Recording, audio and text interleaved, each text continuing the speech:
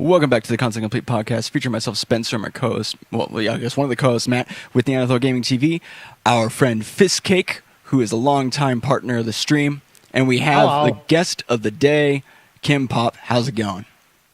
Hey, how's it going, guys? Oh, you asked me that. Shit, yeah. I'm doing awful already. Nailed it. Started the stream off strong. I thought about doing something funny for Fistcake like I always do. I could not think of anything like in the moment. You have literally one job. I know. You have one job. You have two jobs. You write down the list so I can see it, and you make a funny thing about Fistcake. I had some half-baked Call of Cthulhu-based one, but I couldn't get it out fast enough. And you know what? Sometimes you just got to go with what works, like just saying his name. That's fine. Sometimes you just go back to the basics so you can appreciate the artistry that you do. The artistry. Yeah. The artistry. The rotisserie. That's my new baking club I'm making. The artistry. All right, so first we're going to talk about what games we played this week. KimPop, since you're the guest, I was going to start with you. If you're drawing too much, I mean, I understand it takes a lot of time and effort and artistry. But I fucking suck. Let's just go ahead. Well, in that case, what have you been playing this week? I've been playing a lot of Dead by Daylight as usual because that game, it feels like it's kind of underrated, but it's getting really popular lately. It's a very simple concept. Really, there's not much to the game at all. Like, holy hell, but it's a lot of fun. Yeah, I've noticed that there's a bunch of games like that kind of came out around the same time, and now it's just like a fight to see who ends up being the game. Well, I think they were really the first ones that kind of made that. There wasn't like a bunch. There was that and Friday the 13th. I thought there was one other one that came out that was like not very good. Damned. Yeah. It was kind of like that, but you were like a dude. Like they were like sneaky. They're inside your party the whole time. You know what I mean? Oh, was that Damned? Yeah, that was Damned. Yeah. So I guess a couple of games, and I feel like that people are still trying to figure out what that genre's about. But I mean, from what KimPop says, it sounds like that one's going to be taken ahead. Mm. Honestly, they're making this new game that's coming out. I think it's called Last Year or something. Mm-hmm. And it's a huge hype train behind it because it actually looks good. The concept is good. The art is good. The gameplay looks solid from the trailers and shit. Like, honestly, I'm excited for it too. And I'm a pretty die-hard Dead by Daylight fan, even though I think Dead by Daylight kind of sucks. That's funny. You're like, man, I've been playing this like usual. I mean, I think it kind of sucks, but you know what? Hey, it's we still all a good play game. games that we're like, it's not very good, but I like it. Yeah, it's true. It's true. Yeah, there's a ton of classics that you could think back on in your childhood and be like, wow, this is my game. I grew up with it. It's the best thing ever. But looking back on it, it's actually a piece of garbage. It does not hold up. There's plenty of games that don't hold up. Yeah, like there was this fighting game I used to play a lot when I was younger, and it was like a clay fighting game. Ah, very nice. Am I cute? I drew you. Oh, nice. Hey. It's pretty. I was like, wait, who is that? Why does he have no nose? Where's his nose? Oh, but there's this game I played. It was like a clay fighting game, and it's like looking back on it now, it's actually terrible. Like I tried to show Matt, I'm like, yeah, dude, you should check this game. It's like really awesome. We should play it. And Matt watches like a little bit of gameplay, and he's like, this game looks like fucking trash. I'm like, nah, man, you get to play as the Blob, and the Blob is like really cool. He does stuff, and I'm watching it, going, oh man, this is not what I remember it being. Oh god, this is not right. Oh god. Well, besides Dead by Daylight, KimPop, what else have you played this week? I tried a little bit of the Fractured Butthole. Honestly, the game, it kind of, I guess the way they map the battlefields kind of reminds me of Mega Man Battle Network, just not as fast-paced, and it's actually turn-based. Mm-hmm. But, I think the game is really fun, and it has, a lot of thought put into it. But honestly, it doesn't feel like the old South Park game. I was so confused the entire time playing it, but other South Park game, I could just sit down and understand what's going on. There's a stick. We got to protect it. We lost it. We got to get it back. There's a clear goal the entire time. But the Fractured Butthole, it feels like I'm playing a continuous stream of side quests, not main quests. Yeah, I can see that. Yeah.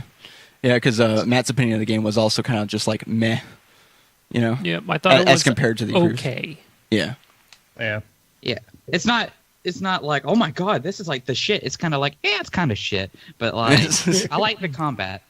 The combat was pretty dope. Cool. Anything else of note that you played this week? Let's see. Oh yeah, a few minutes of Human Fall Flat. That's What one game is really that? underrated game. It's like, do you remember that really popular indie game, Gang Beast? Yeah. That, like, Yeah. a ton of Yeah, YouTubers were playing? I've been watching Northern Lion play that all week. Yeah, it's kind of like that. I think it's made by the same people. Essentially, it's like instead of ragdoll fighting, it's like a ragdoll platformer. Oh God. And, yeah. And at the beginning, it was strictly just single player / split screen. But Mhm. now they're kind of incorporating like customization and online play to it. I think it's in the alpha right now. So yeah, you guys should. I think that'd be really good to see you three play it sometime. Yeah, we'll or have to at try it least, out. or at least if like the alpha is like really shitty, then Spence and Matt. Can't remember your names, even though guest No, starring your streams. thing. Yeah, it's all good. Nah, it's all good, man. No, yeah, I Games mean, are hard. those types of games, it's like if you put too much work into it, it almost ruins like the aesthetic of playing kind of a slightly bad game. I don't think it's bad. I think it's good. Well, it's like bad in a good way, right? It's I like mean, kind you of haven't even seen it, dude. I've seen it. No, I was talking about Gang Beasts and using what I know about that Oh, game okay. and kind of copying and pasting a little bit on it because I mean if it's similar, right? It's like similar types of stuff. There's that certain level of like this is kind of dumb crazy, but in a really fun way. Yeah. Yeah, and sometimes that's all you need. Sometimes you just need like a dumb crazy game, just like you need shooters that are completely mindless like Bulletstorm, just because why not? Sometimes that's what you want. You just like Just gotta get lost in it. you're just firing shots at Bulletstorm. Not firing shots at Bulletstorm, but that game fires plenty of shots by itself.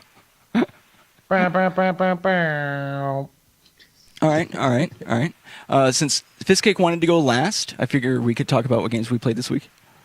Yeah, go for it. So off stream, well, okay, I guess we played Assassin's Creed Origins. Still's good, right? It's still like the better of the AAA-ish games that have come out in the last month or so. It's Assassin's Creed, but they changed the combat system, which is nice. They switched over from that automatic like animation system where you kind of jump from person to person, and now it's more of like a hack and slashy kind of combat, which I feel like helps it out. Mm-hmm. Yeah. So I don't have to just lock onto them and push Y and then I win every fight, right? Yeah, now you have to actually fight them, which is awesome. Yeah. I love it. Oh wow. Yeah, it's definitely a little bit I harder. actually have to play the game. Yeah, it's crazy. What a novel concept. Ubisoft. Gameplay in a game. Oh, would you look at that? Ooh. Bizarre. We played that again, and we're going to be playing that again on Monday. Then we played Call of Cthulhu. That game is okay. A hard okay. It is a hard okay. And we learned something about its autosave feature, which is, well, it autosaves, but not like, when you want it to? when you want it to. So, Oh boy. yeah, we're going to have to go back through just a little bit of it. Just the, Mostly the cutscene. yeah. So it autosaved us in the alleyway just before you enter into the hotel to get your room. So we missed out on like 5 to 10 minutes, maybe. Yeah, that's so, not bad. yeah. You can zoom right through that real quick anyways. Yeah, exactly. So it's not terrible, but it's just like, oh shit. Like it gave a slight oh shit moment. But also we couldn't figure out how to save it all in the game. So it's like what? Yeah. So we played a bit of that. The game it's weird. Yeah, and it's kind of janky. And then we played Tales of Berseria, which is actually starting to wrap up here. We're getting towards shit. the end. We can feel it. There's some stuff you going playing? on. That game's a field trip, I tell you what. Oh my god, it's so, dude. Okay, because I think you played through the entire thing, right, KimPop? Oh, like 3 times. Okay, so I'll try to say this as cryptically as possible. But we have just gotten past the part where Velvet finds out who Innominat is. Wow. Yeah, and that whole like heartbreaky, oh my god, it's so good. And Lafayette, hashtag Fee, pulling through like Gohan, so good. And Laphicet annoyed me that game. Which one? The main one in your second party? Oh, okay. I don't know. I mean, he's kind of grown on me. I like his Dude, interaction. I will take 1 million Laphicets over one Bienfu any day of the week. I like his interactions with Rokuro and Aizen. Yeah, that's funny. The bro moments that they have. Yeah, I kind of like the relationship that they all have. It's kind of like, I mean, we're companions, sure, but if you die, fuck it, you know? Like, yeah. Especially Magilou, man. She doesn't give a fuck. Magilou is one of my favorite. Yeah. She is bae. Yeah, she's come up the power rankings. Yeah. She's definitely come around, especially since they've actually started to use her more in the actual storyline. And you actually find out like kind of what's going on with her. Mm-hmm. I drew Fistcake without any torso. He's just legs and arms, and he has an afro and sunglasses. How do you like it? Nice. There you go. He's flipping up. That's pretty good. Yeah, that's all right. Okay. I never thought what would Fistcake look like with an afro until right now, but now you know what? It's not bad. Yeah. Me neither. Yeah. I draw for the police, right? Yeah, but it's not good because I always give people afros and make it like their caricatures flip people off. So have yet to actually find someone. Well, that's just your shtick. Every artist has to have like their thing, right? And yours is just people with afros flipping people off. It's all good. Very and niche. 100. What's the matter? I mean, it's only 100 lives or so that have been killed because nobody can identify the killer, so it's fine. Yeah, they're just looking for an afro guy with sunglasses. So yeah, but now that since there's so many in your art world, Some may even say that the killer is one of my followers. I'm just helping him out because he's a pro. Oh, you know what? Oh. Now there's a storyline. There we go. Now the plot's there. You go. The story is what makes it matter. And I also drew anime again because fuck it. You like my animes? I see the hair. Oh, there's some eyes. Gotta go higher. There. Oh God! No, put it back down. Oh God! So much anime. Put it back down. Put it back down. Jesus Christ! No! Oh God! Okay, there you go. There goes right now. But besides that, we had like a 4-hour stream of Melee yesterday. We played some net play. That was pretty fun. I got fucking rocked. Dude, I got rocked in Melee too. I got fucking destroyed. I played a guy where I just started the match with him, and then someone in chat's like, "Oh, Hurricane 59. That guy's pretty good. You should be careful." I'm like, yeah, then he got king comboed like a bitch. Yeah, I got destroyed. I got multi-shined to death. It was crazy. Dudes were fucking real good yesterday. I got 2-stock both times. It was crazy. And then, yeah. How can KimPop both be on the stream and then also be a troll in the chat? But anyways, he's ascended to new levels of trolliness. And then earlier today we played some Smash 4, and that was pretty fun. So we had a lot of people come in and want to do viewer battles. So that was a nice little trip. You guys need to do a 24-hour Smash stream. We've never done a 24-hour Smash stream. We've done WoW before. We've done a 24-hour stream of that. And we've done pretty long streams of Dark Souls. I don't know that we could do 24 hours of Smash. We did 24 hours. You have to. That's what will be the great 2 part. Weekends in a row. Wow, it's kind of easy. You always got quests and grinding to keep you busy. But with Smash, it's purely smashing. You got to smash for 24 hours. It's a long time. And I don't mean Smash Bros, by the way. We did Bloodborne. Yeah, I know. Yeah, I knew that joke was going to come back. But besides that, throughout the week, Matt, you played some games. I played Dot Hack. Oh, that game actually is. I'd never known what that game was. Yeah, I didn't know what it was either. Like, grew up, it was around Dot Hack. Okay, that's a strange game. Turns out it's this like insane, badass, like meta RPG. It's ridiculous. Yeah. Have you guys ever played Dot Hack? I played only the second one for some reason. I never got around to the first or the other ones for the PlayStation 2.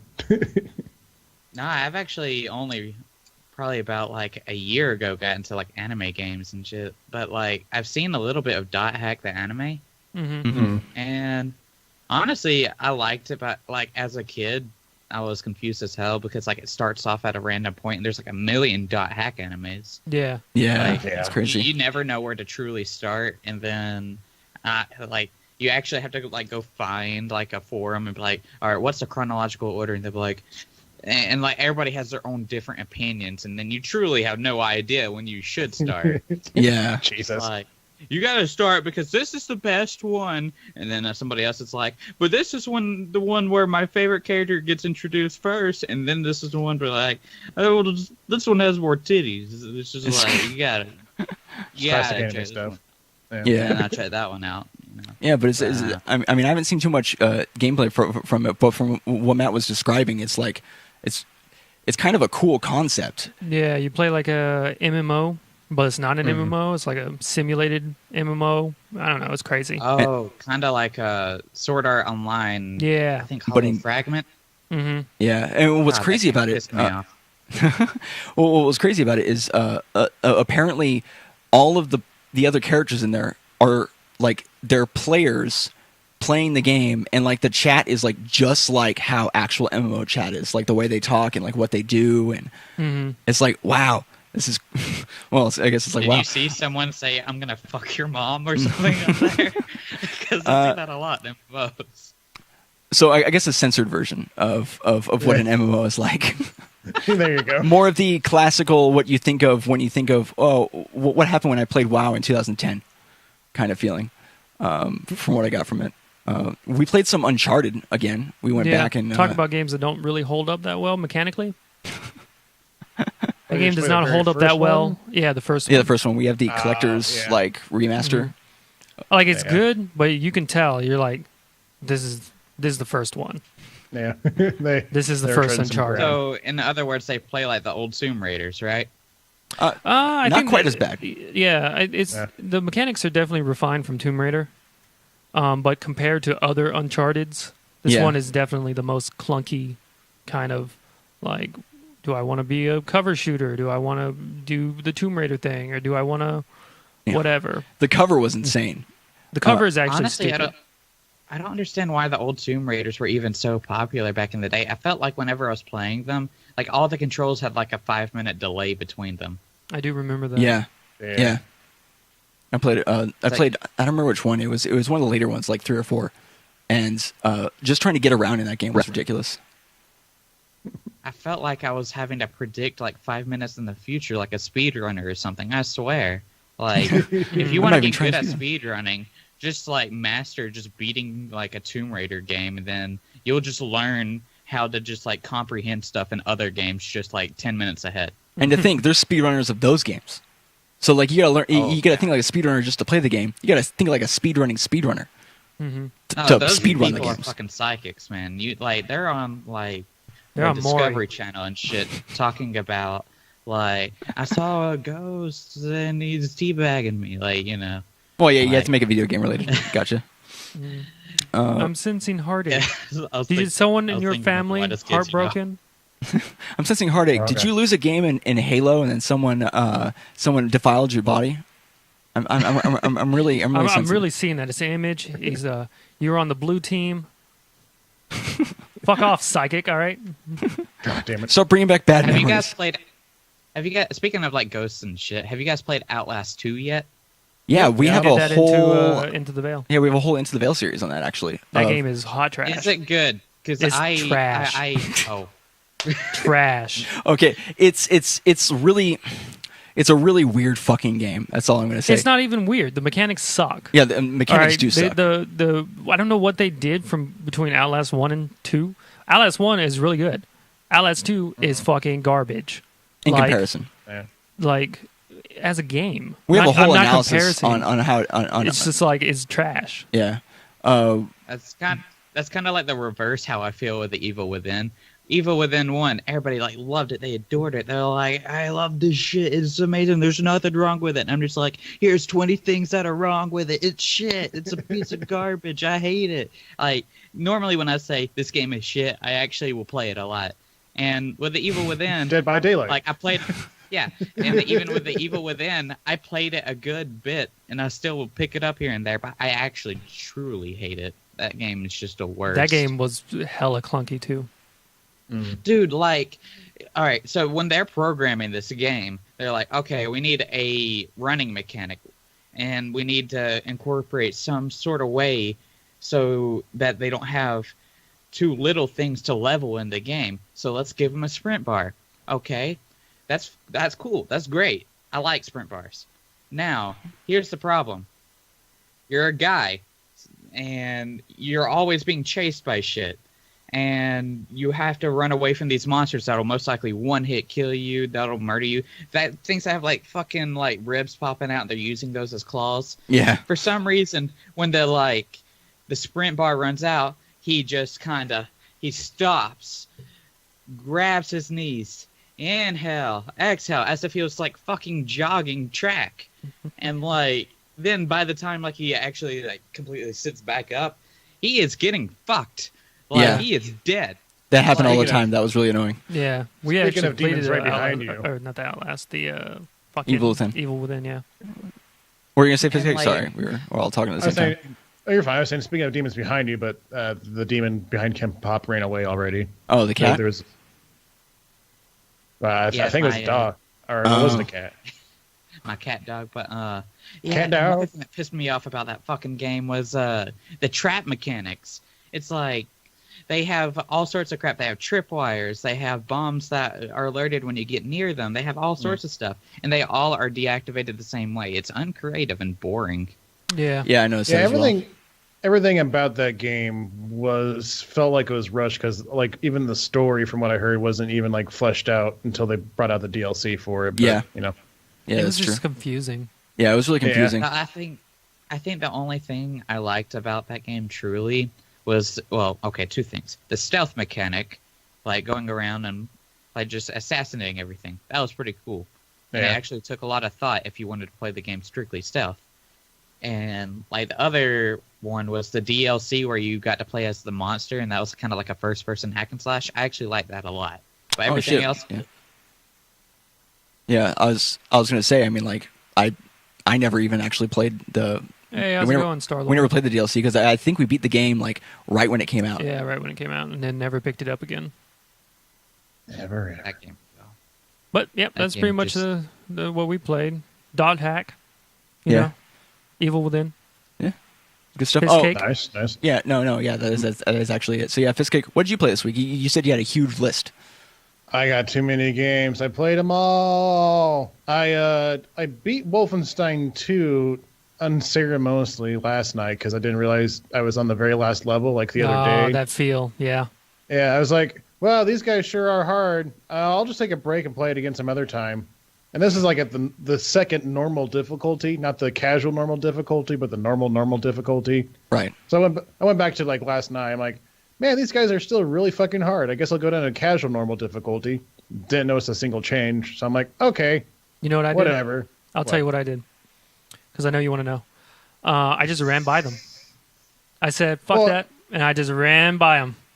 Nice. I didn't even see like the door open up until after the two big guys showed up, and like I killed one of them. I was like, oh god, I can't do this anymore. Oh, can I just? I'm just gonna go. You know what they do? They bait you with that gun, the big gun. Did you find the big gun? It's like, it's kind of like a BFG. The Uber Shoots like gun a wormhole or some shit. Oh yeah, like I saw that Yeah. in the Venus level. Yeah, that shit is right there before you get up there, and it's like, yeah, use this. This is gonna help, bitch. That Oh, shit I didn't takes see forever to shoot. It's garbage. Well, like, I'm like, yeah, I'm gonna beat it like this with this gun, and I've died like 8 times. I was like, no, I'm not. I'm just like, peace. I'm just gonna go single. Run right past him. Wow, I didn't even see that because I just kind of like rushed through that area too. I'm like, I just gotta save Anya, and then yeah, I was like, I'm done. But so I went through all that. I'm like, okay, well, I'm just gonna go to the TV station now. Okay, we're gonna start a revolution tonight. Okay, I guess I gotta play the revolution. Oh, I don't play the revolution. Oh, it's over. Yeah. Oh, Yeah. I was so confused. I'm like, why are they playing the credits already? It's like 8 hours into the game. I don't understand. I didn't like think for a second. I'm like, oh, it's over. Yeah. You did it. You guys should have a. Did you also begin a new series on your channel where you like go through all your Steam games in like alphabetical order? I was debating on alphabetical or at least just playing the games I haven't played yet, which I kind of went down the hole when all these new games came out. Yeah, dude. But I am going October. through. I am doing a Resident Evil playthrough of all the Resident Evil games I have on the computer. Wow. Yeah. Which I mean, I played Resident Evil 4 Remastered yesterday. I reloaded my cleared save and just kind of going through all the tips and tricks I've learned from being that game like 8 times or so. Just going through the muscle memory, like, oh yeah, double tap these boxes so you don't get bit by a snake randomly. Oh yeah, shoot these guys in the head. They hate getting shot in the head. Stupid shit like that. Yeah. Did that. What else did I play? And for my stream Friday night, I switched between Overwatch and Fortnite PC, or Fortnite on the computer or whatever. Had fun with Overwatch until my computer randomly blue screened from it. Yeah, I saw that. What happened with that?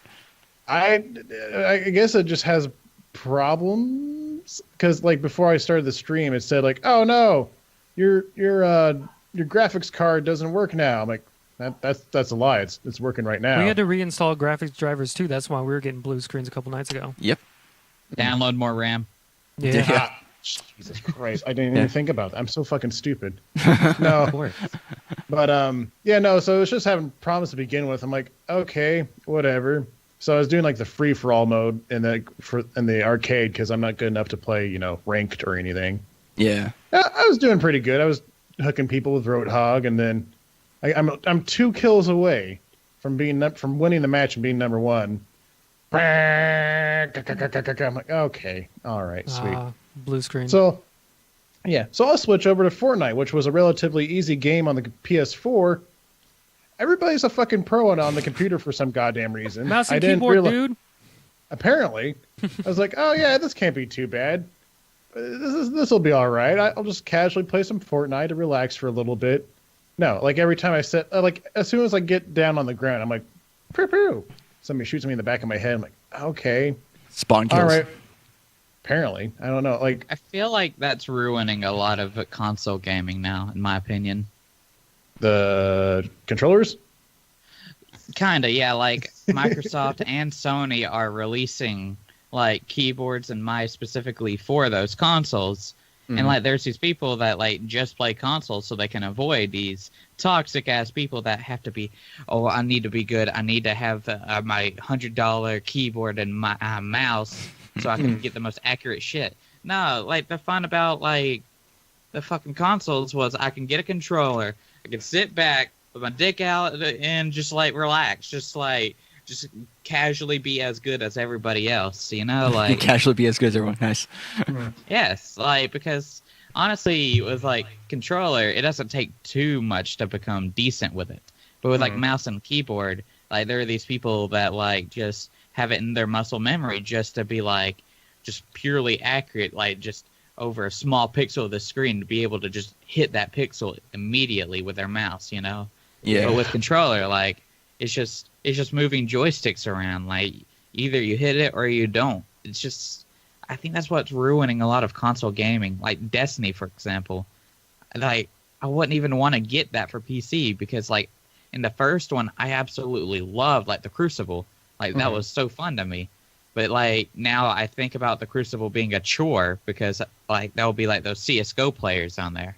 Yeah, it's interesting to hear that point of view because a lot of the times, I like playing console games and I like playing with the controller. I would never play with a keyboard and mouse on the console just because it just doesn't compute. Like I just want to sit down with the controller.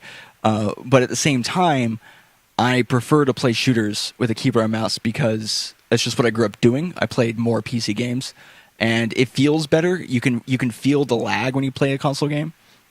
But yeah, playing Uncharted 1, like the aim correct, it's brutal. He has to fight the yeah, the I have camera. to like fight it. It's like on GTA 5, a lot of the servers have like that automatically disabled because of people like that turning on auto aim and all that. Yeah, shout out to my dad on the Comcast channel. Hey, Dad, how's it going? Oh, how's it going, Fist Dad? Hey, no, don't fist it. Not fist it. Dad cake? Cake Fist me, Dad Daddy. cake. No, Dad cake? all wrong. Everybody's wrong. You're all wrong. I quit. I'm done. You guys on the show now. Well, what else did you play there, Fist came Cake? to my channel. I'll go real quick. Fortnite PC. I played that. I like how you can actually switch between items with the numbers instead of pressing the square button. That's like the one thing I like over it. Otherwise, being killed all the time is not fun. Did that. Played some more Doki Doki Literature Club. That's actually finally picking up into the weird territory. Like I'm actually getting feels now. I'm like So, all right. So that's I think that part will probably be released either not this week, but probably next week or the following week. I don't know. I recorded a bunch of games yesterday. Gotcha. And I played some Hand of Fate 2. Pretty fun. Oh, hey USA Voyager. Hey, how's it going, Voyager? What's up? It's a lot of fun. I do enjoy it. It's definitely an improvement from the first game. I'd actually, if you like just kind of like dungeon crawly games with like kind of like little randomness aspects to it, because it's kind of like interesting because you build your deck to go into a dungeon, and the deck basically gives you either equipment, encounters, or stuff that as you go through the challenges, and it's pretty fun. I think highly recommend it. Yeah, Matt and I played the first one, and that was a lot of fun. And we wanted to go back to it, but just never got around to it. But we heard that number 2 was being made, so we're like, oh well, we'll wait to see if that one's as good or. Yeah, apparently this is like 100 years after the first one, and like actually stuff from the first game is part of the story in the second game, which I didn't even think that was a thing. I'm like, oh, cool. Oh, that's sick. I did not know it had an overarching story. Yeah. Gives you a reason to play the first one. Yeah, I was pretty close to being the first one, but I just fell out of it. I can't even remember a specific reason, but I might go back to it. But I'll finish Hand of Fate 2 first. Yeah, I gotcha. And then play Divinity. Yeah. Oh yeah. Yeah. All three of us played Divinity together on a stream. One time, yeah, but then we haven't. One time. Yeah, we planned to play more, and we haven't gotten around to it. Yeah, we got all kinds of bullshit going on. I learned how to mess that game up quick. Oh god, yeah, I'm sure. And then I played the first Parasite Eve game for like an hour on my PS Vita. That's it for me. Yeah. Parasite Eve. Wow, that's a blast from the past. That game used to be 3 discs. That's a blast from the past. Yeah, well, we got it like on that fucking Facebook Marketplace. Somebody was selling it for pretty cheap. So I was like, well, I like PlayStation 1 games. I can you just use that to play games because I'm not going to be using it for PlayStation Vita games, really. Yeah. I can't say this often, but I genuinely actually love the Vita. I don't know why I get so much hate for it. I think because it doesn't have any games. Yeah, they didn't really support it. Well, like a lot of what do you call it? Re-releases, stuff like that. Yeah, a lot of re-releases. That's fine. Like the thing about it is, it kind of reminds me of back in the day, like around the early 2000s. Sega releases handheld console, and like it was essentially like the actual Sega, but it was a handheld console, and it was like huge. It was about the size of well, I don't have a good accurate representation. Well, actually, yes, it was about like this. And, just probably a bit, shorter. But anyway, but like it literally had nothing new. It just had it just had a cartridge port, so you could play all the Sega games on there. And it didn't do very well, but I personally thought it was neat, like to be able to play my games on a different thing that was handheld. I could actually walk around, play it on the bus to go to school, stuff like that. So honestly, I can't hate the Vita just because like it's mostly ports and all that, because it is kind of cool to have like Spyro and like Crash Bandicoot, like the originals in my hand, the entire Sly Cooper, Jack and Dax like collection. Like I think that's really cool to have anywhere.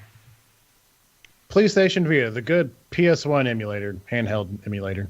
Yeah, I mean, that's pretty much, Dan. If you think about it in that way, it's like, oh, that's kind of nice. I think people were expecting to have more, like dedicated releases and stuff like that. But Dad Cake, this is our guest for the day, KimPop. You were asking who the new guy was. I missed that. Oh God, and sorry, he's Dad. playing Black Ops 3. All right. I'm playing Call of Duty Black Ops 3. Oh boy. But so moving on to our first topic, finally. The men guy. a men guy. Moving on to our first topic, finally, our actual news topic. We have EA buys Respawn. We got a guest on. Yeah, we got to talk about the guest. Oh, yeah. Okay, so how's he supposed to pimp his shit out if you don't pimp him out? That's true. Okay, Matt, welcome to the stream, and can you tell us about your channel? My channel. It's all Falco related. Yeah, KimPop, you told us about what games you play, but tell us about what you do as far as in games media. What do you on stream and all that good stuff. All right, now I'm just a small channel, so what I'm trying to do is just build a foundation. Of course, I'm not trying to get into anything, I guess, too serious right now. I play Dead by Daylight because I meet people easily on there, and I before I played Dead by Daylight, I probably have met you and probably 5 other people just from browsing Twitch. Mm-hmm. But the thing about Dead by Daylight is it's integrated into the Steam server, so I can easily put Twitch.tv in my title, and it's a lot easier to meet fellow streamers. Mm-hmm. Before I played that, like I said, I had 5 people, and now I played it, I probably have a couple hundred people I talk to on the regular. It sounds like a lot, but it's like you've seen our Discord server, so that's quite a lot for us. We can barely handle 5 people. It's not easy to think about how a single game can blow you up to the point I see people playing it all the time and they're not growing steadily. It's because a lot of people on Twitch have this mindset is I'm gonna stream and I'm gonna just play games, and they don't get people to come to them. They always have people just hop in and then hop out, usually never even say hi, because these type of people just sit there and they feel like they're entitled to views, to followers, to subscribers. They never make, I guess, the extra effort to go to other people's channels, say hi, befriend them, make contacts, acquaintances, small stuff like that. And I think that's what a major problem with a lot of new streamers is. They just wait for it, and they believe that they are worthy of getting all this shit, even though honestly I'm not even worthy of getting followers. My stream quality, shit. My games I play, shit.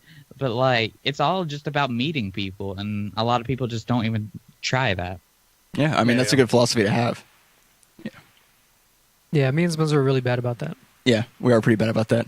So what we do is we try to mitigate it by trying to have every let the stream just be as high quality as we can possibly make it, and try to throw in and then just be as nice as we can and welcome people.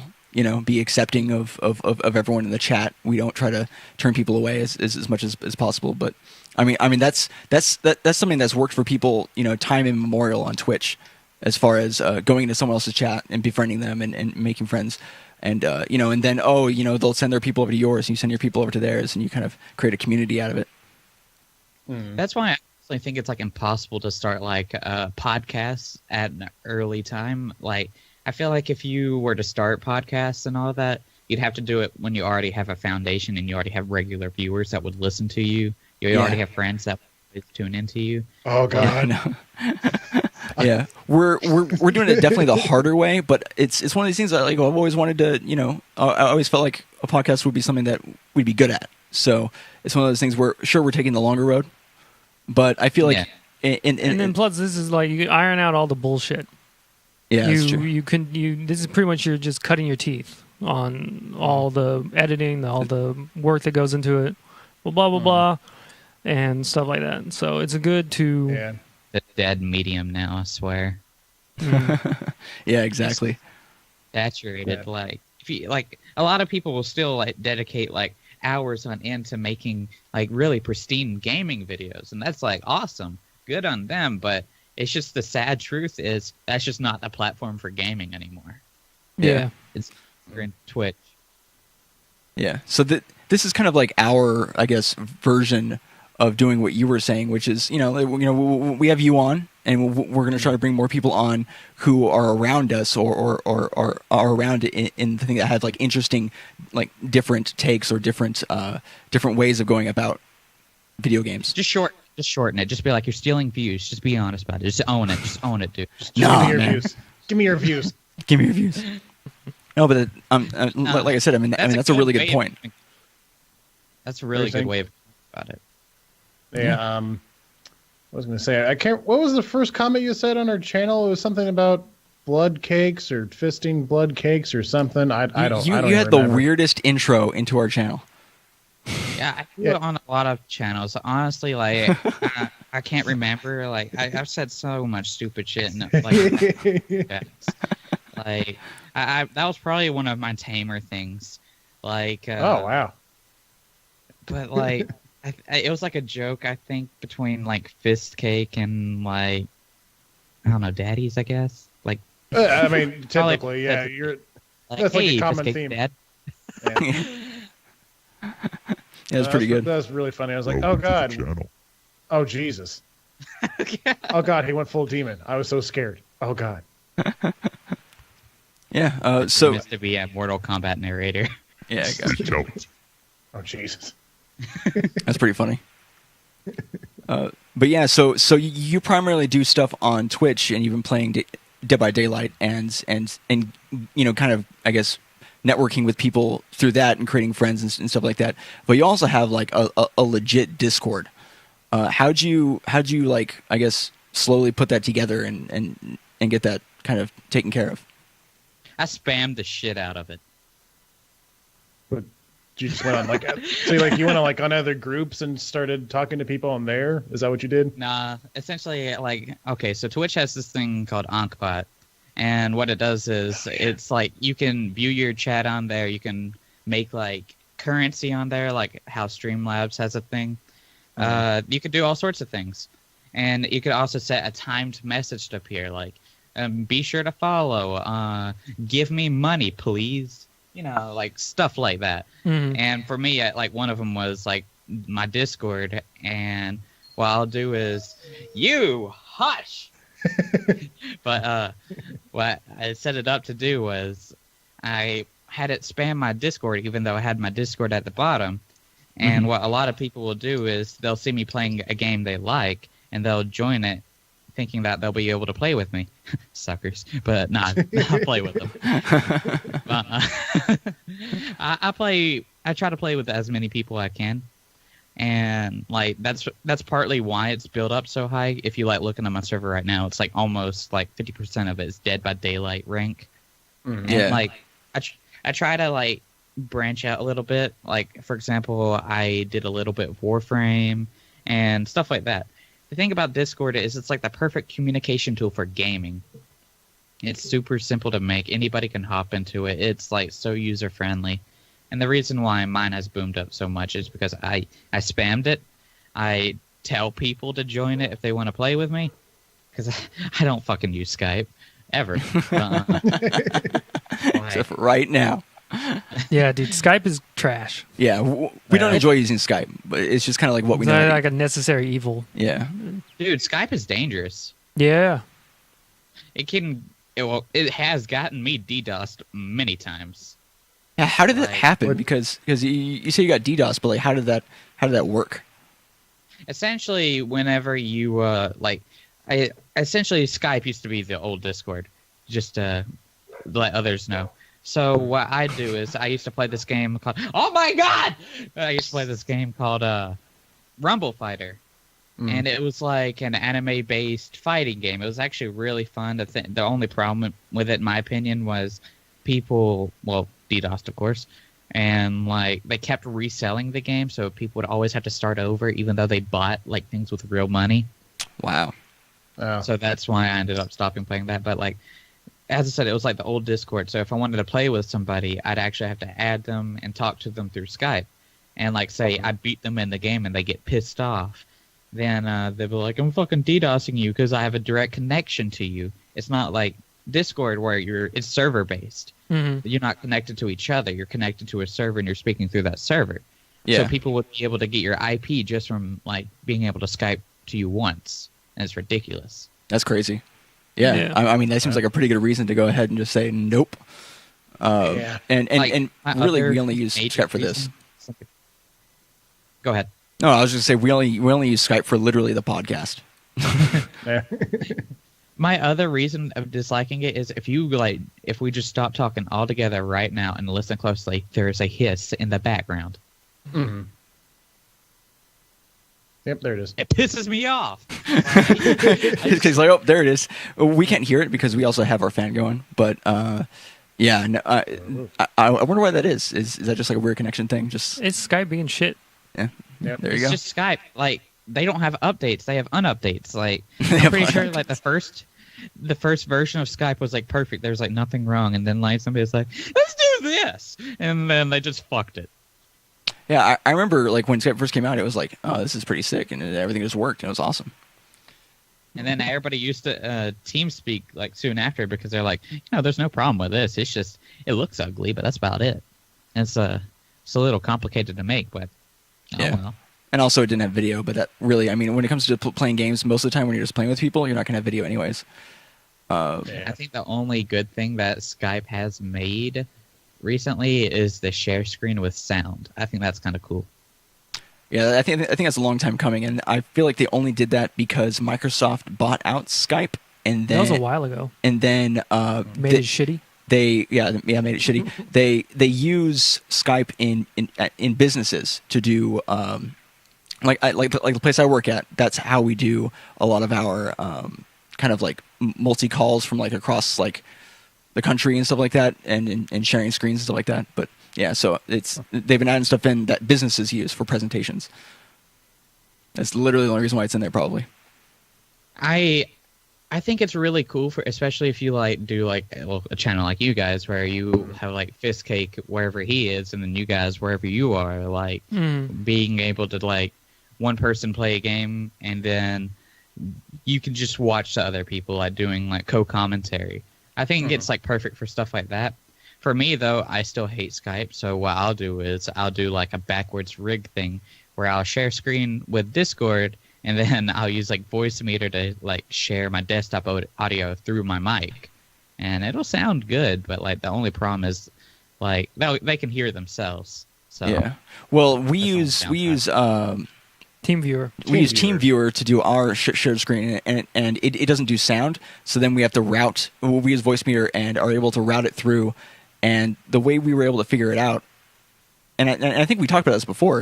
We were able to figure it out is come up with a way where the person doesn't hear themselves, and is also able to do it. But TeamViewer is still, it's a big it's so easy just to completely not know what the hell just happened and have it totally mess stuff up, but. It works.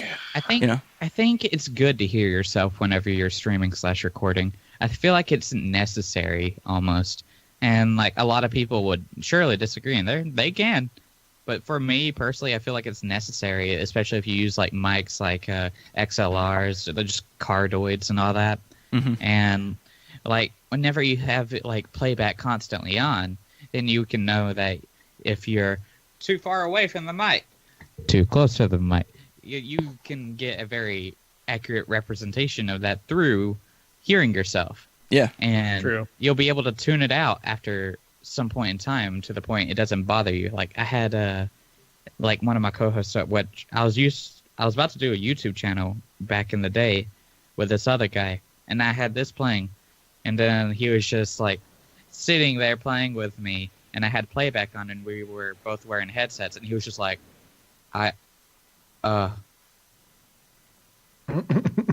what's going on?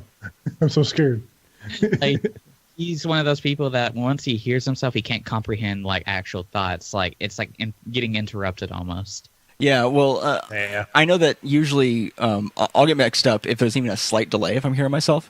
But if we wore headphones, we would absolutely. I find it extremely helpful to hear myself only because the headphones block out so much sound, so it's harder to just operate.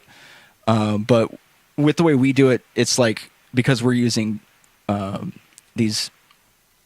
I a dynamic mic. There you go. We're using dynamic mics, and so we're just up in front of it at all times, and we never move. And as long as we're touching the mic, we're fine.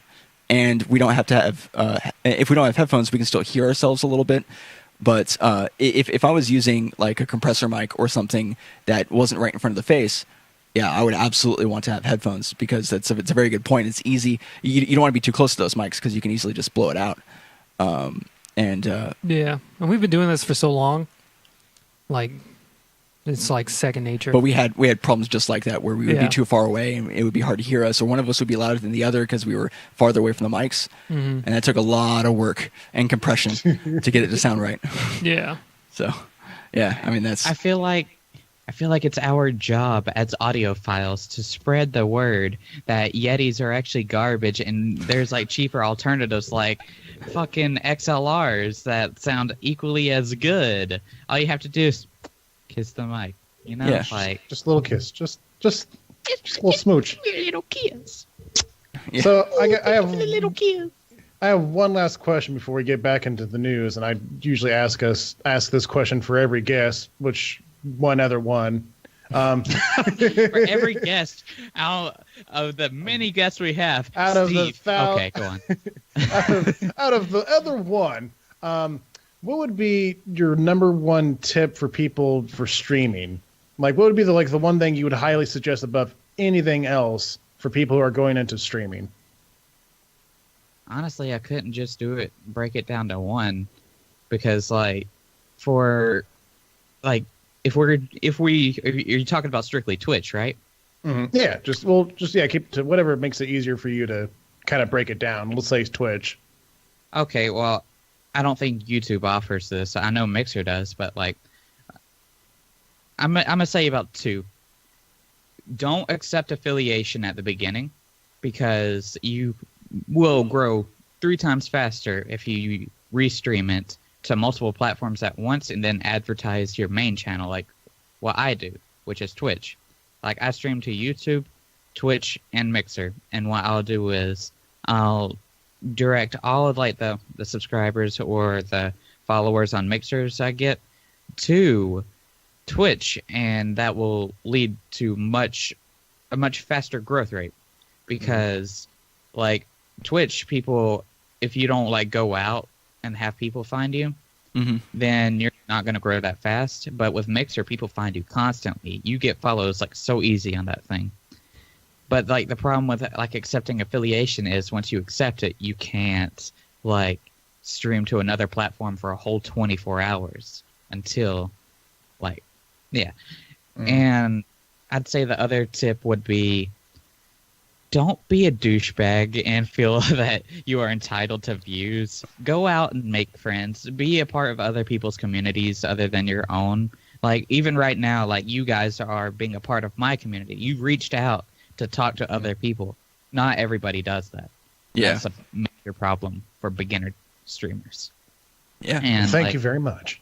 And just those two things, because of those two things, I had a follower goal of 60 followers between November and December, and I am 12 days in, and I have 41 out of 60 out of that goal. Yeah. Hey, there you go. And I don't mean to humble brag. I'm just saying it works. Yeah. No. That makes sense. If you're reaching out to multiple platforms at the same time, you're going to get different communities, different people to check it out. It just makes sense. Yeah. It's simple math. Which I don't understand, but you guys said it at the same time. People to accept affiliation at the beginning, because they have no affiliation. They think, wow, I can make a life out of this. I'm going to get a penny. No, the thing about it is, once you're an affiliate, you have to make $100 and then wait 60 days before you get that $100. It's only good if you can make a consistent flow of income. So it doesn't make sense to get affiliate once you're 50, because once you're 50, you probably only have 2 or 3 people that will consistently come and watch you. You're going to want to wait till you're at a couple hundred. Then you'll have people that'll be like, yeah, I'll spam your chat with bits just to be a dick, but hey, at least I'm supporting the channel, stuff like that. So what you're telling me is that NGTV fucked up, is what you're telling me. Horribly. We probably shot ourselves in the foot a little bit. I disagree. I'm just kidding. Well, it depends on how you look at it. We've been on Twitch for since 2012. Since 2012, so for a long ass time, and we have a lot of legacy viewers that come in, and we have almost 500 followers now. But I would say probably only 80 of them really seem to be active. Yeah, it's hard to say, but I mean, 500 though, you're at a good place, so I can't say that you're doing anything wrong at this point. Like, you may have started early, but you're good now, so that's what matters. Yeah, and we've also quit and come back multiple times. Well, I mean, we've taken years break and stuff like that. I'm kidding. Now that's probably the biggest mistake we've ever made. Yeah, I'm not sure if you know what it is, and this is always what I say as like a possibility, but there's a streamer called Cobalt Streak who has probably 4,000 concurrent viewers like at all times when he's streaming, and he's relatively successful. When we started streaming the very first time, we played Binding of Isaac at the same time he was, and he was at like 60 followers. Or he was at like 100 viewers. It was like 60 to 100 viewers. Yeah, he was at 60 to 100 viewers, and we were just these small guys who had maybe like 5 to 8 viewers at the time, and we became friends with him, mostly Coulter, the other guy that was with us at the time. He made friends with him, and we got rated by him, and we talked to him, and we were getting followers. And then maybe a month or two later, we kind of like fell out of streaming and YouTube for a little bit and lost all of it. Because this platform is all about momentum, and you just have to keep going and growing and growing and growing. You can't stop. And so because of that, we lost that contact who ended up being like a major, long-standing kind of classic dude. Twitch streamer, yeah, on Twitch. That's okay, guys. I got you, fam. Yeah, and it's just one of those things. It's like that's it's our cross to bear. So that's why we're still doing it today. Honestly, like, if you guys I'm gonna bash you guys. If you guys just branched out a little bit more, I'm pretty sure you guys would do amazing because you guys are fun to talk to. You're relatable. You talk about dick, so that's great. I mean, it's just and the podcast is like a fun platform. I don't talk about. No, you talk about yourself. That's what I'm getting at. Like, I got you. Ooh. Just kidding, Fisty. No, I'm just messing around too. But I would never. But if you guys if you guys branched out a little bit more, I feel like you'd probably be at 1,000 now, 2,000. Yeah. And then like I said, we have a major problem with that. It's hard. It's just you're right. It's hard. Just like it's like a lot of work. It's a lot of work. It's not easy. And plus, I'm like kind of a shy dude, so I don't like to go to other people's channels and interact. Really.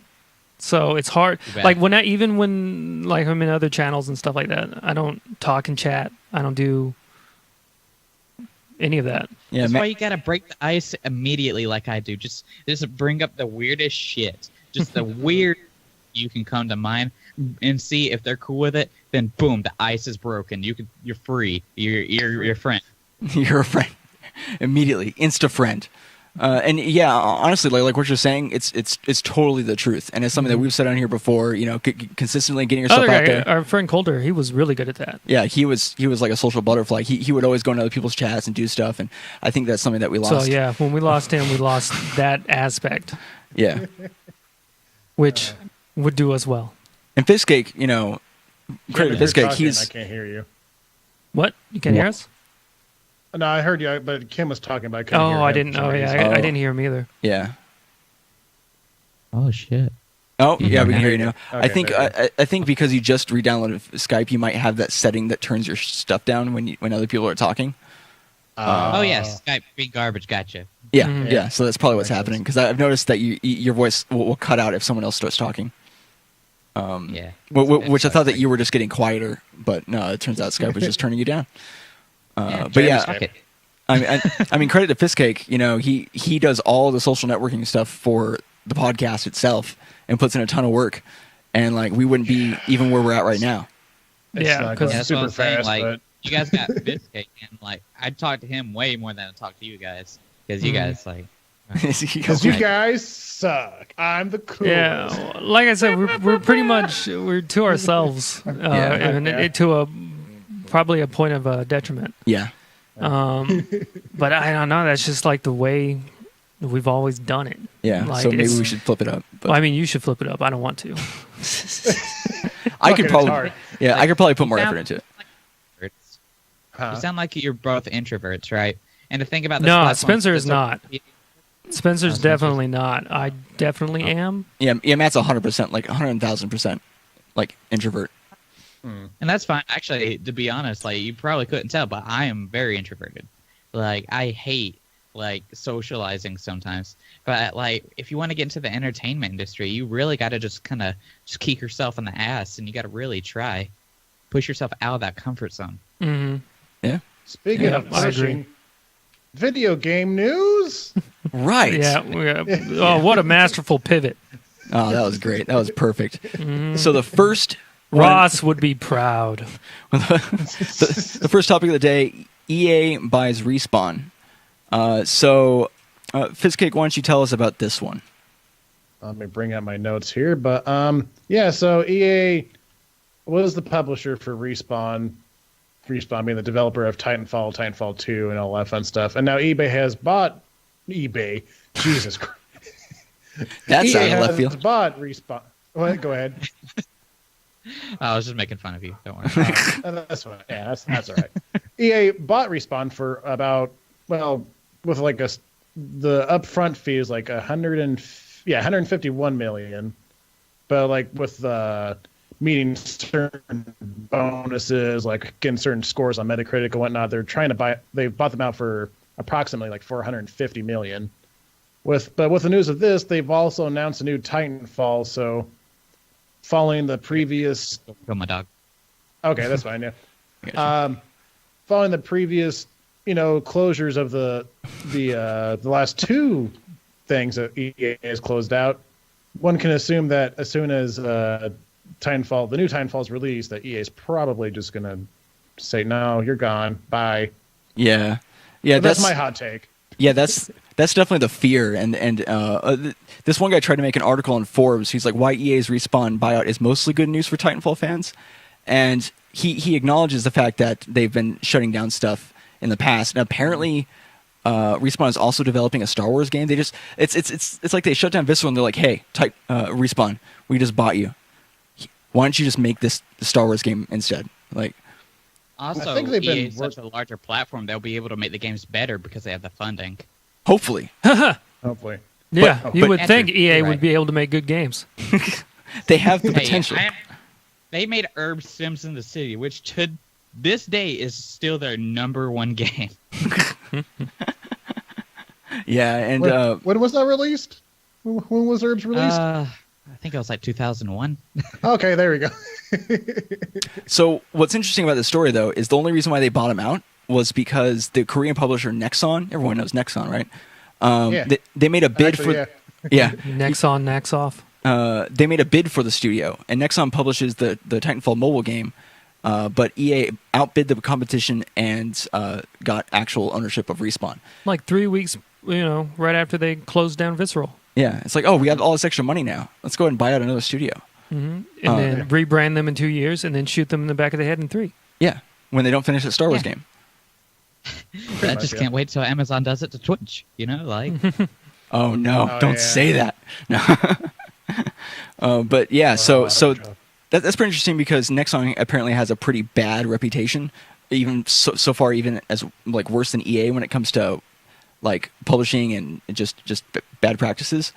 Really? Yeah, but I know I they mean, make like a bunch of MMORPGs, but that's the only thing I know about Nexon off the top of my head. yeah, that's I have about the same like level of in-depth knowledge, which is not very in-depth at all.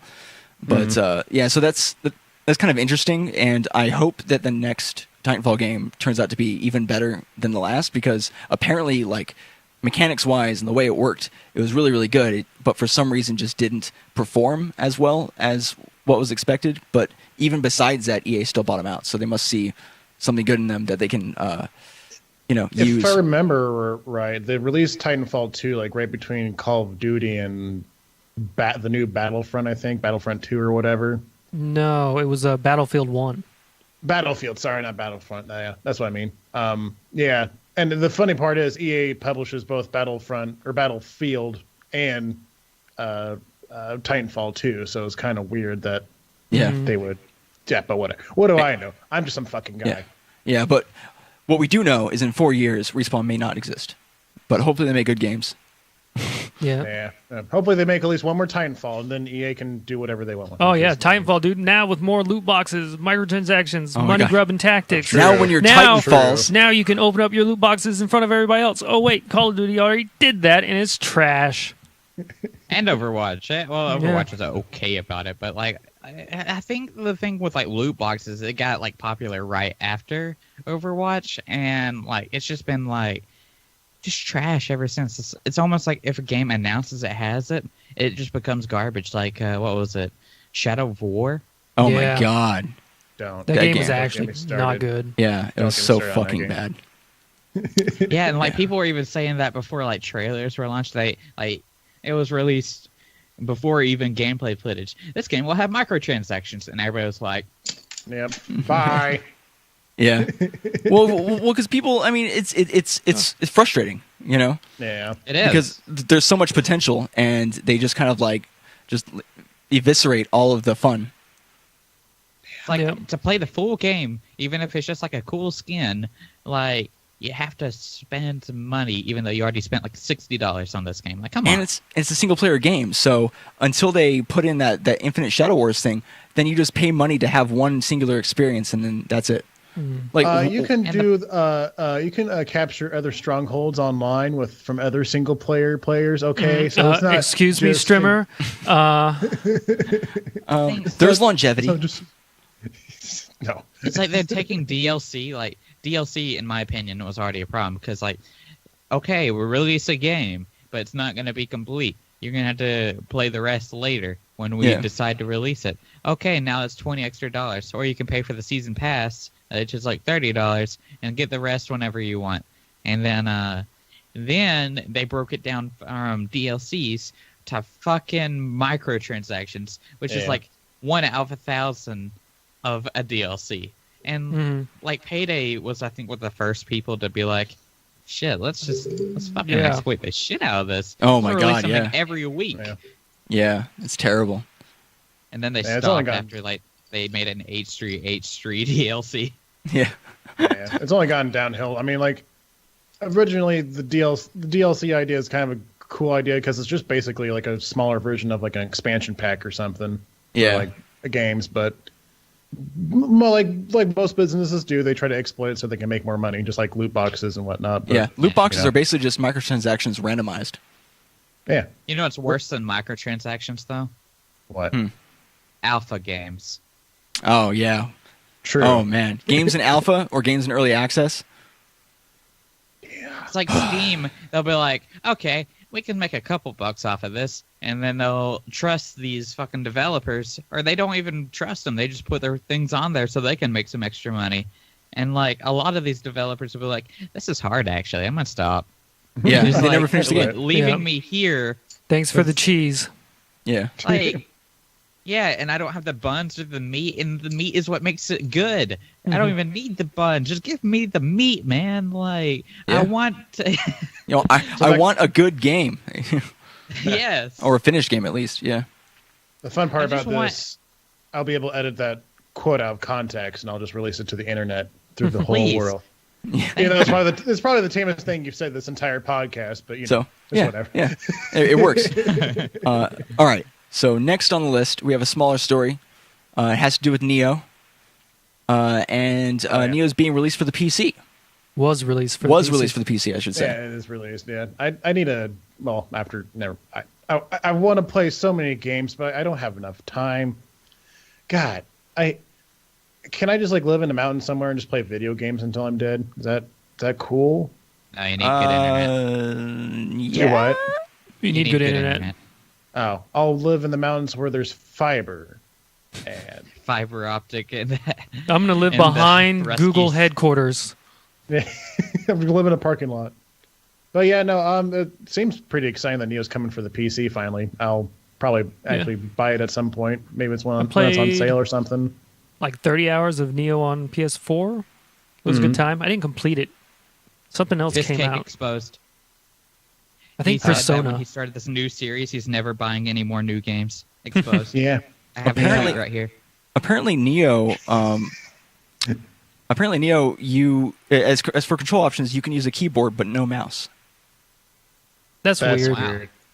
And it's basically just like been that. made to just play like a gamepad with it. Like they have not made it with the intention of actually having full keyboard mouse capability. I kind of like That's that. kind of weird. I mean, it's all right. I was probably going to play with a keyboard with a controller anyways, but I can imagine Yeah. playing a Dark Souls-like game without a controller. yeah, you kind of have to have a controller for those types of games. But yeah, I just thought it was weird. Like, Dude, get good Guitar Hero controllers. oh god. Oh, that's true. Yeah, never mind. We suck. And apparently the settings are really convoluted. I have an article here, and I'll probably put it in the description of the video. But Okay. yeah, basically it just does like a big overview of all of like kind of their first impression of the port itself. But apparently, it's supposed to be a more complete edition. It has all the stuff that was released on the console included, and Yeah. with some upgraded graphic and stuff like that to match with the PC. So I mean, I'm excited to play it. We'll probably want to try to at least check it out. Yeah. Will it have Speaking of- modding capabilities? Well, it's Oh, on PC. I mean, Well, that maybe. doesn't mean that they're going to make it friendly to mod with. Well, even if it's friendly or not, we'll find a way. Yeah. We'll break it. Yeah, Speaking Steve, of good DLC, modding tool. the modding tool. speaking of good DLC, Nioh did it right because all their DLC is free. If I remember right, they've done like since it's been released on PS4, they just do free updates and give like free shit like Yeah. new armors and maps Yeah, and shit. which is like so. the way. And honestly, if you think about it, that's like a really good way to do it because they release it on console first, right? They get a good sized player base. I don't know how big the player base is, but a player base, and then they Yeah. release free stuff like that. That's basically DLC in the form of an update, right? But you don't have to pay for it. And then they Yeah. release a complete edition on PC, so they have all this goodwill and all the work they put into all this additional work that they put into the game as far as the update, they can then make back in a better way by having a more complete PC edition that they had already decided they were going to do. And it's like a much more palatable way to go about adding content to the game and then having a release come out in the form of a port. Yeah. It's also a brilliant marketing strategy as well because like people are gonna it's gonna build up their reputation as a development group. It's also gonna be like people can talk to their friends and they'll be like, "Hey, this game it releases DLC constantly, but like you don't have to pay for it." And then be like, "Yeah, I'll give it a try. I only have to pay for it once." And then most likely what people will do is they'll buy it on another console thinking the same exact thing, but like, hey, at least it doesn't have a lot of DLC. I wouldn't mind rebuying this game. And then they'll be upstanding in like the consumer's like eyes to the point if they release another game, like completely different game, they just naturally have the trust of all of the people that are buying their games, which is a huge thing like Bethesda doesn't even have anymore. Yeah. Yeah. No, it does not. Oh god. Well, real quick, I'm just Careful. double checking that they actually have free DLC, so we're not like just totally talking out of our asses. Neo? I'm Yeah. pretty Yeah. sure. It comes with this the complete edition. Yeah, no, I'm talking about their releases on the PS4. It's actually a mixture. So full disclosure, Mixture, it's a okay. mixture. They have updates that add stuff to the game, and then they also have bigger DLC packs that they expansion, yeah. release that are like $10. Fuck 'em. Fuck 'em. But Oh, that's yeah. I mean, it's still pretty cheap, better. yeah. So Yeah. Lost you all can't- my trust just like that. Well, $10? Fuck 'em. and luckily the version that's coming on PC is a complete edition, so you're getting for a standard game price, you're still getting all the stuff that was for the DLC for the console. So it's still better, which Yeah. kind of sucks to say when it comes to like paying for stuff, but you got to take it where you can get it. Yeah, what can So you do? the Wink, wink. the next topic we have here, Telltale Games has been downsized. Fuck it. And KimPop, you had an opinion on this, so take it away. All right, so so they fucking. I said the last thing you said, but the thing about Telltale is they're almost known for once they're finished with a project, they just abandon it. And the thing about it is, like, the only I think consistent like the series they've made is The Walking Dead, but even they abandon the past games because once they're finished with it, they might give post updates here and there to kind of fix some problems because it's still relatively new. But a couple months after that, they'll completely drop it altogether, and they'll just leave the games broken. And the thing about it is, like, you can't do that, especially if it's still kind of, if it has like a ton of like pre-sequels, for example. Mm-hmm. Like The Walking Dead, like season 2 for me, I had a lot of problems because Windows has been updating all of them, like Windows 7, Windows 8, Windows 10, and like with a single Windows update, it could make or break a game sometimes. And they need to have a team that just constantly goes back and reads feedback, and then will constantly be trying to fix the things based off this feedback instead of building a do-it-yourself method, you know? Mm-hmm. And they've done that. They've done that with almost all of their games so far that have problems with it. And I think I hate their strategy of just moving on to what sells. Like The Wolf Among Us, that was a brilliant series, and so many people adored it. But they got like licenses for like Game of Thrones, Guardians of the Galaxy, and they just like completely dropped making the sequel for The Wolf Among Us until very recently, which is like 4 years after. Yeah, it's crazy. And now they're firing off like 90 people, which is like a quarter of the entire staff of Telltale. And they didn't give, I guess, like a good reasoning for it. They just talked about restructuring the entire like corporation based off just offing 25% of the people. And I kind of hope, based on this, they will learn from all their past mistakes, and they'll decide to, I guess, just complete the shit that you make, and just stop just dropping it in the dirt once you're done with it. Yeah. And that's a good point. And also, I feel like that they've been getting by with their particular style because they have this gimmick that they've had for a while, which is their whole like mechanic, like, you know, the kind of feel of a Telltale game. But they haven't appropriately updated the engine or the way things work. And so kind of piggybacking off of what you were saying, which is they never complete the stuff that they make, especially when it comes to updating problems that the games have. Because they've been using basically the same engine for all these games for such a long time, they're going to have those same problems or similar problems in even other iterations or other series that they make.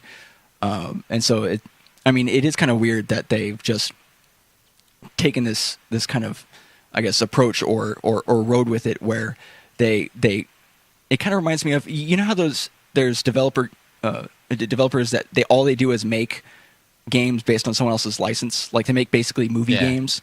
It kind of reminds me of that, where it's getting to the point where Telltale games, they're kind of hit and miss. Hey, thanks for the follow there, Tickler.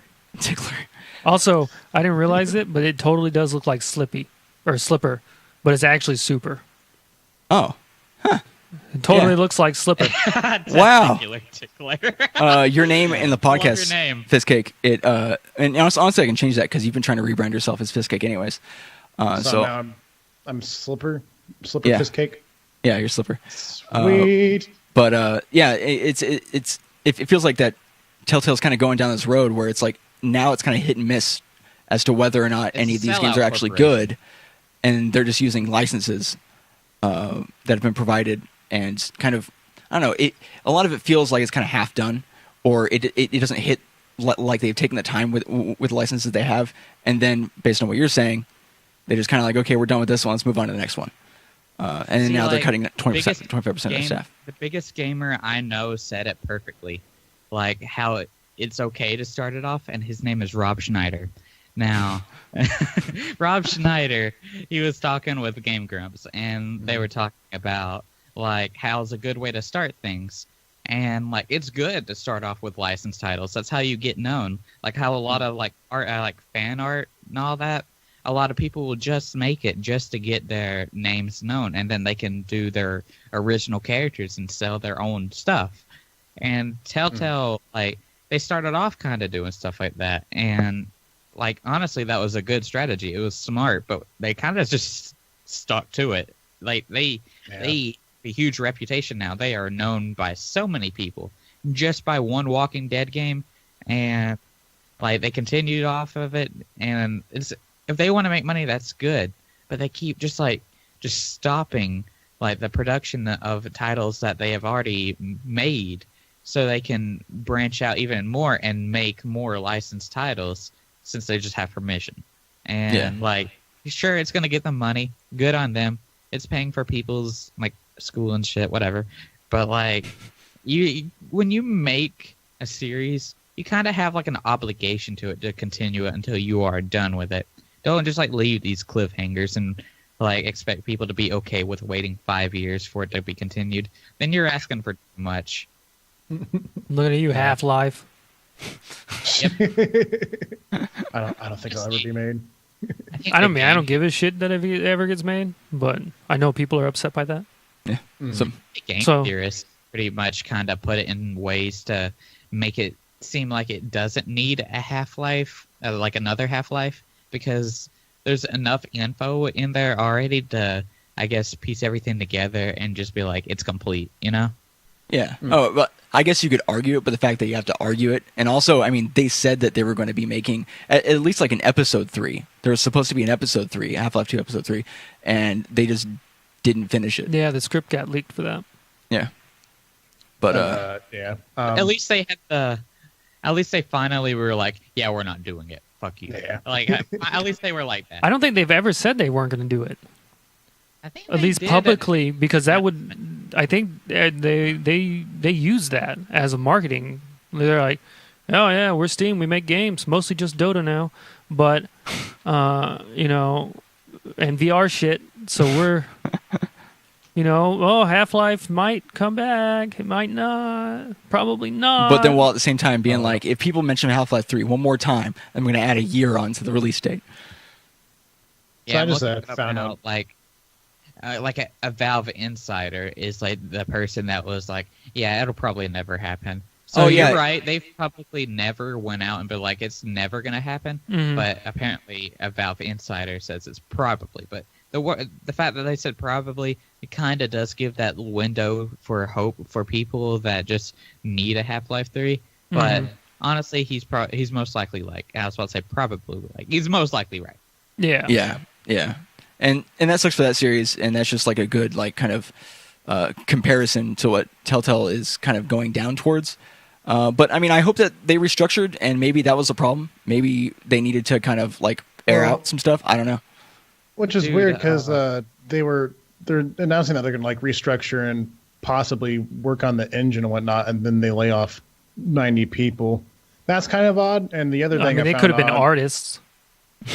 They don't have to be coders. If they had 90 artists, they could have got rid of all of the art people or the graphics people, and they're like, all right, we need coders. It's like game dev tycoon, where you're like, all right, art man, you're out of here. I need 2 more coders to make my game. Get out of here. But another weird thing is that the CEO for the Unity engine or whatever is apparently on the board of directors for Telltale. So I'm wondering if that has anything to do with it. Probably, maybe. I don't know. That's a tinfoil hat. They're one of their most recent titles, like The Walking Dead Season 3. They made this new feature, which I thought was amazingly cool. And it was like a crowd choice kind of thing. And I think it was directed for like streamers. Yeah. And like have their audience to kind of help choose what they say and what they choose and what outcomes they'll get. But the thing about it is, I tried streaming it, and apparently it has like this, I guess, problem where it's like connected to the internet, right?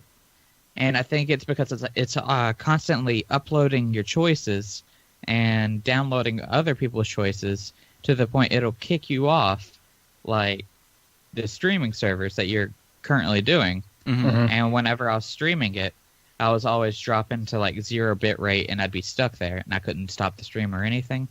But whenever I would stream, whenever I would stop the stream and stream a different game, I'd never have that problem. It was strictly The Walking Dead Season 3, and I feel like since they never even addressed it or even like bother to make an update for it. Mm-hmm. It's emphasizing my point more. Once they complete something, they're never going to go back to it, and it's garbage. Telltale, it's garbage. Yeah, it's bad. Yeah. So moving on to our next one, we have a couple of smaller ones. Did we want to skip these smaller ones and go on to Bluehole? We have 5 minutes to cover Bluehole. Yeah. I mean, really, that's a small thing too. Just Bluehole, they're making Ascent Infinite Realm, which I didn't know that Bluehole also made Terra, that other MMORPG. They didn't make Terra. I think they or published it, maybe. Yeah, I think they might have published it or something, because that's all Korean. That's a Korean develover. Oh, For okay. And that game sexualizes children badly. Wow, holy shit! I didn't even know that. I haven't played the game. I just saw that. I'm like, I played it pretty hardcore for a while, and like the combat was so fun. The world is beautiful. Like it was just so engaging. BAMs, which is big ass monsters by the community, like they were so fun to fight. And then they went down this road where like they were already sexualizing everything, because it's a Korean even the MMO, monsters. Oh yeah, like it's a Korean MMO, so of course you'd think, okay, they're gonna show cleavage and shit because it sells. But then like they started making classes that were specifically like aimed towards like specific races. And the first one they did was called the Elan, and the Elan is like this little girl race where it's kind of like a mixture of a furry and a little girl, where they'll have like rabbit ears or a dragon tail and stuff like that. Spencer, why do you gotta discuss it? Look, dude, we played the game. No, I know. We played that it's game. Just like I don't remember playing the Elan, but yeah, I think we played like the big lizard guy or the big blue guys or But whatever. It started going even further downhill from there. Well, I quit after they made the Reaper race, or Reaper class, which is a race specifically for Elan. And you start off at like nearly max level, and I'm walking through like the tutorial zone, and I'm talking to this NPC, and then Elan like runs in front of a screen and stands directly in front of it. And then right then I'm like, oh, that shirt is see-through. Oh, God. I feel like I'm going to get arrested for playing this game because I am seeing a little girl's chest. Oh, God. And he's like, is that my cue? Is that my It's and then like after I quit, after that, apparently they started only making gender-locked classes like gunner and all that. And it'd be like Black Desert does that too. Yeah. Well, they always have like a other gender counterpart to it at least. Yeah. But like they just strictly just like, you know what, I'm done making males. We're gonna make this human female locked, and this the demon female locked, the elf female locked, and like with Black Desert, to their defense, as I said, they always had like a counter.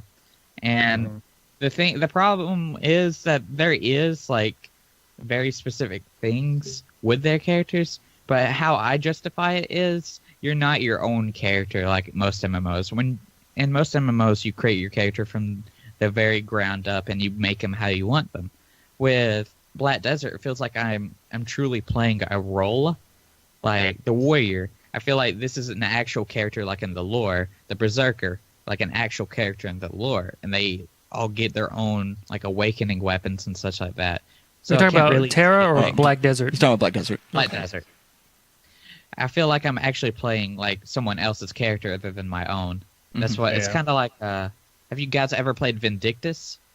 I haven't, but I don't want to get too far into it because we're getting close to the end of the stream. Yeah. Because we could talk forever about this stuff. Yeah. I think I played. I know about it. Yeah. But continue. We'll let him finish up his thought. Dude. Yeah, I got you. I was just like, didn't want to go down a rabbit fucking hole. Spencer. I don't want to go down the blue hole. My bad. Though. It'll be short, I promise. Vindictus, though, like they did essentially what Black Desert does, but they gave their classes like actual character names, but you can name yourself essentially, you know. Oh, that's but cool. These classes, they actually were people, and they had their names, and you can customize how they look and all that. But in the end, they were actual characters in the original lore. And that's how I kind of see the Black Desert classes. Yeah, I got you. Yeah, it's kind of a cool concept. So Fiskig, you were saying about Blue Hole specifically. Oh yeah, you were just saying that you hadn't realized that they were like the publisher, or they were involved with Terra at all. Yeah, I didn't realize it before, and I looked at the trailer for the game. Looks interesting. You fly around. You can. It looks like a normal MMORPG, and yeah, you can fly. It has like steampunk ships and shit. The Reddit thread lit them up. They're like, they can't even capture game footage that has solid 15 frames or some shit like that. Like, yeah, and they're like, this looks super fucking generic. Yeah, I was about to say, because like I saw the first 30 seconds, it has like a bunch of like flying monsters going through, and like one of them kind of like judders like a little bit. It was like, you don't start off that weak, but that's all I have for that. What was the name of the game? Ascent Infinite Realm, which if you just use the first letters of the name, it's air. Or if you just hit random on a fantasy name generator. True. Then that's what you get. You know what game was presented like that, and it was super shit on because of that? Huh. What? Breath of the Wild. I can see that. Yeah, that's true. It's true. So what we're doing is we're waiting for the second one where they're like, oh shit.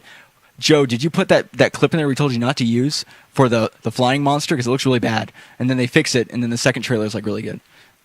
Yeah, maybe. We'll see. I think with all the Breath of the Wild, most of the trailers were bad until like the game was actually released, and then everybody's like, "This is actually pretty lit." Mm-hmm. It's still though. When I played on the Wii U, I couldn't get like a solid 30.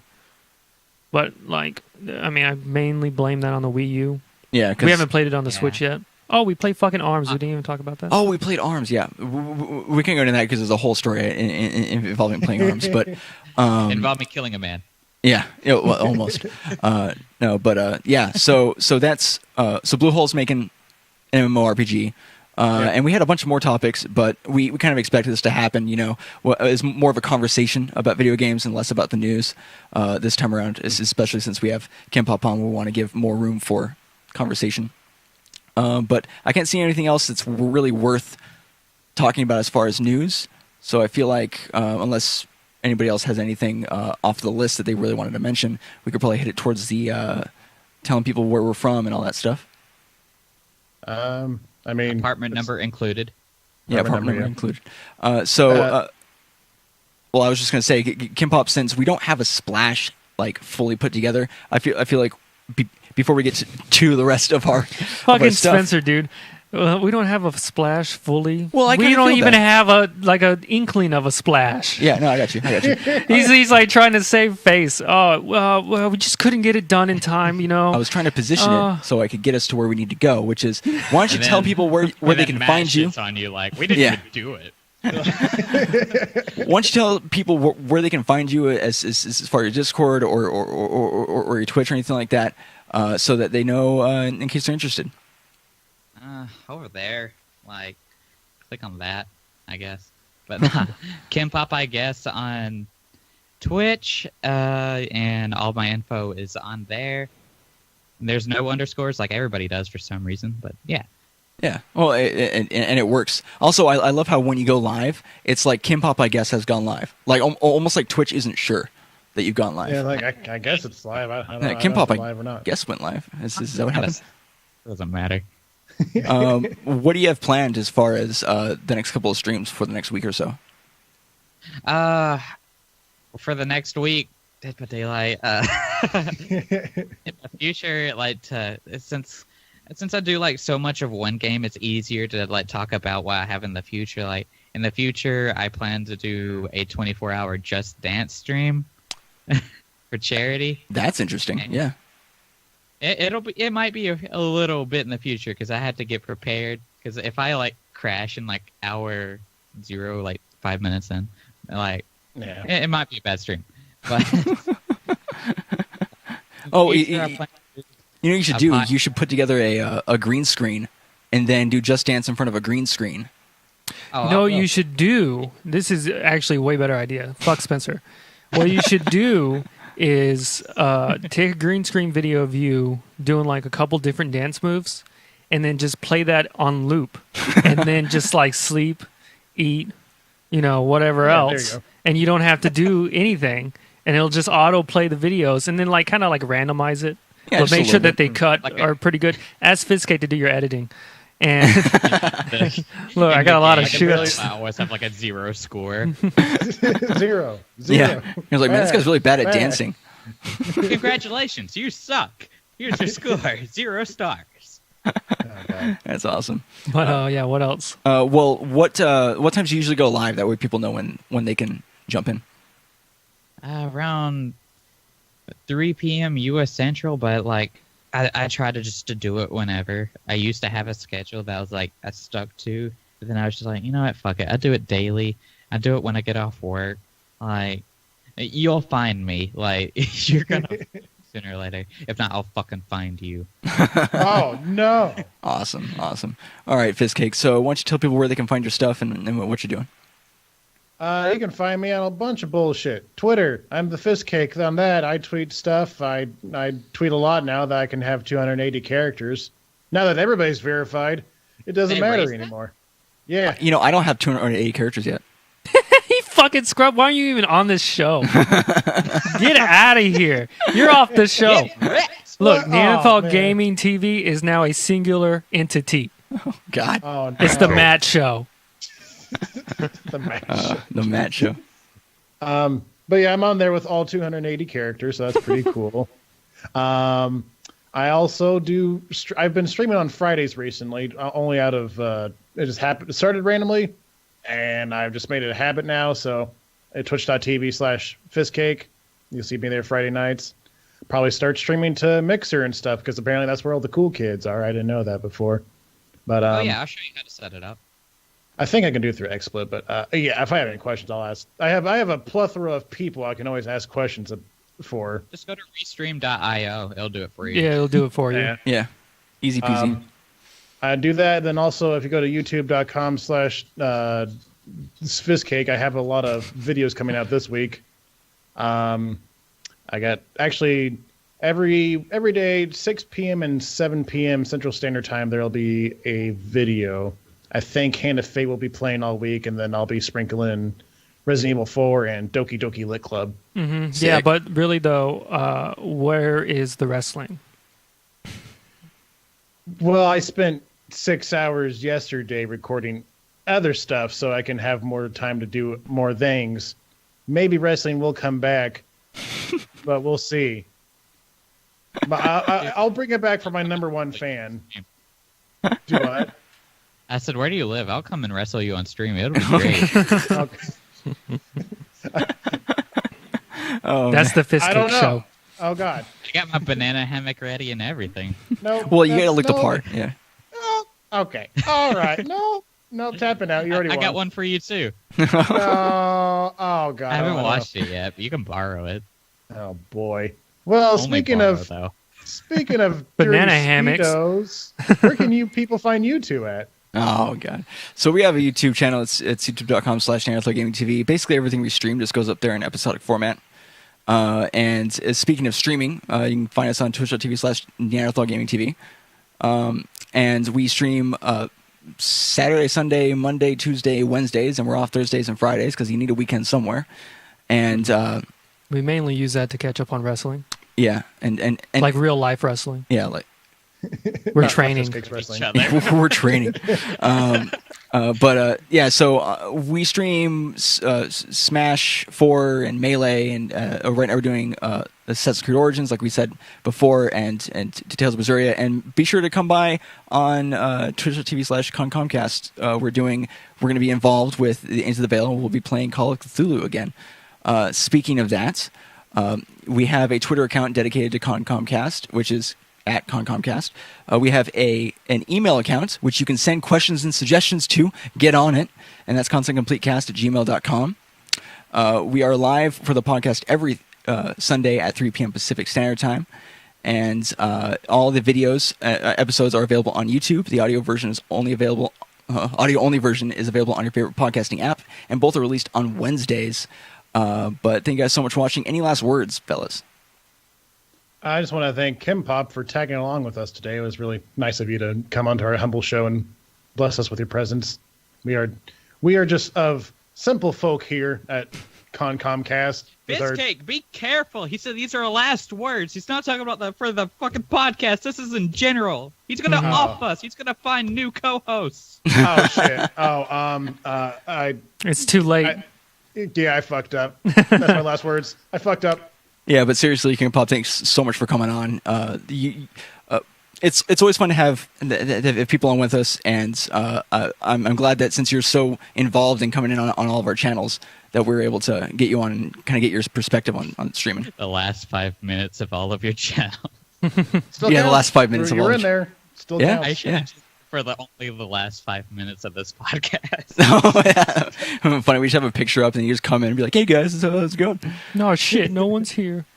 All right, well, I'm going to shoot us to the outro video, which is actually just the intro video. Bye.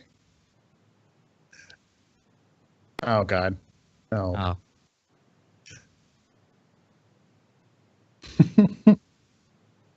Oh, there we go.